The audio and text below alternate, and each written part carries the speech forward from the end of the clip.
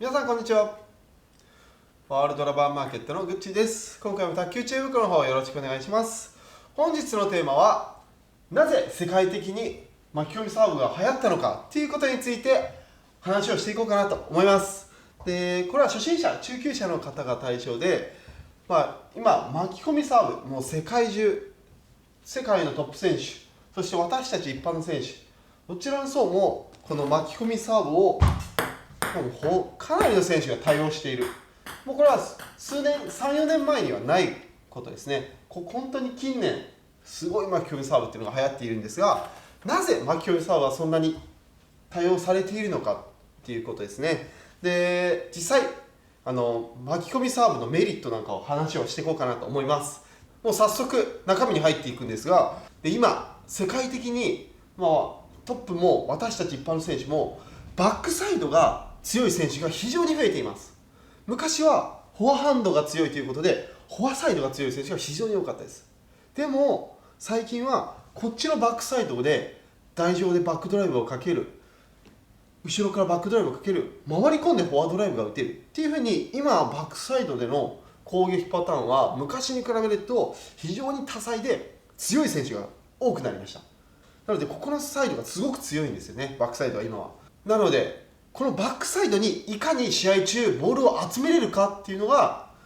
試合ですごく大事になります。でそこで今回この巻き込みサーブが、実はこのバックに巻き込みサーブ皆さん出すのを想定してみてください。バックに巻き込み出す。そうすると大体バックサイドに返ってくる方が多いですよね、レシーブが。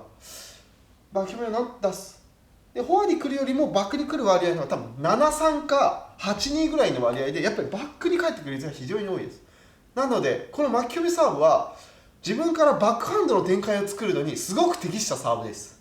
例えばちょっと世界のトップ選手でちょっと名前を挙げてみますと、マリン選手やオーレイキン選手はフォアハンドがすごい強いですよね。で中国選手たちはどちらかというと巻き込みサーブを使わないです。見ているとこちらの順横の回転です。順回転の通常の横回転になります。でこれはどちらかというとフォアサイドにもレシーブが返ってきやすいサーブになります。フォアハンド主戦にとってはやはりフォアサイドにボールが来てフォアハンドが素直に打てるほど、やっぱりこれが一番ベストな状態ですので、なのでフォアハンドが主戦の選手はこの順横を多用する選手が非常に多いです。で最近バックハンドが強い選手といいますと、王浩選手、張継華選手で、この選手たちはバックハンドが非常に強いです。でその選手、ワンハオ選手は巻き込みサーブで、張継華選手は YG サーブということで逆横回転サーブを出しています。ちょっと今回巻き込みサーブに関してなのでYG サーブについてはそんなに言わないんですけど、でも逆横系のサーブ、巻き込みのサーブ、逆横 YG サーブ、どちらも逆横回転というサーブで、バックハンドの強い選手はそっちの逆横回転のサーブを出す傾向が強いです。なので順横回転はどちらかというとフォアハンドが行きやすいサーブ、逆横回転のサーブはバックハンドが行きやすいサーブということになります。で今回その逆横回転でも YG サーブよりも巻き込みサーブの方がより簡単。この YG サーブは手首の使い方なのが難しいんですが、巻き込みサーブは手首を使わずにそのままラケットの面出して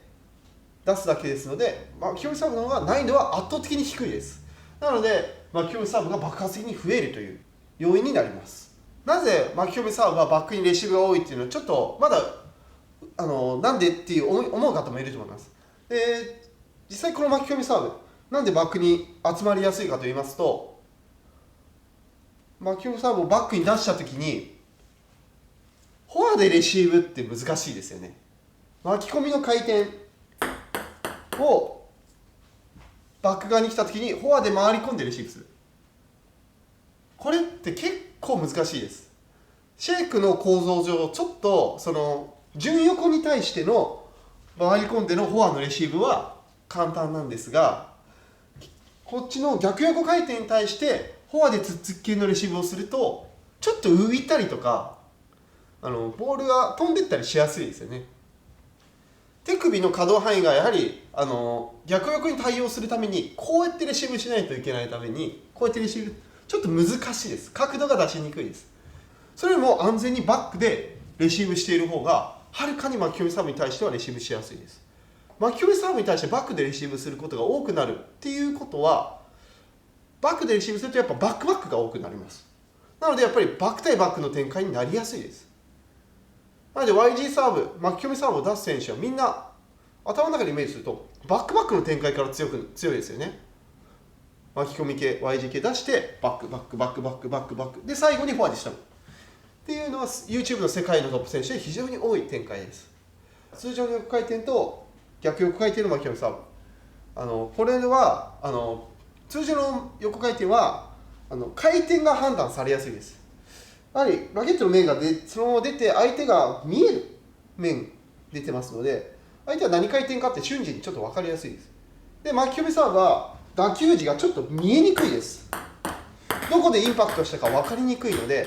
横上回転か横下回転か回転が分かりにくいです。なので相手はちょっと一瞬考えます。今の当たり方回転横上っぽいなっていう、そういう考えながらレシーブします。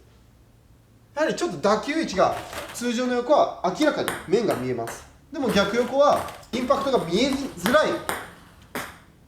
面の出方をしています。なので相手がそのレシーブのする時の回転の判断が少し遅れます。なのでその瞬間に相手を合わせてバックでレシーブする。でその間に3球目でバックハンドドライブ強打で、バック来るの待ってフォアハンド強打、バック対バックの得意な展開っていうふうにできると思います。だからやっぱ巻き込みサーブは相手の判断を遅らすことができますね。でさらに一人一人の個性が強く巻き込みサーブは出やすいですので、人によってその癖がすごく大きく出て自然な変化が生まれやすいです。いかにも現代にマッチした巻き込みサーブとなっています。実はハイテクなサーブなんですよね。理にかなったサーブ、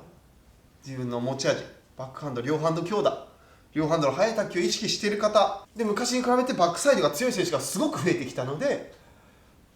バックに持っていった方が試合で勝ちやすいということに、自然と皆さんがそういうふうに対応してきたという感じになります。巻き込みサーブを利用してみてください。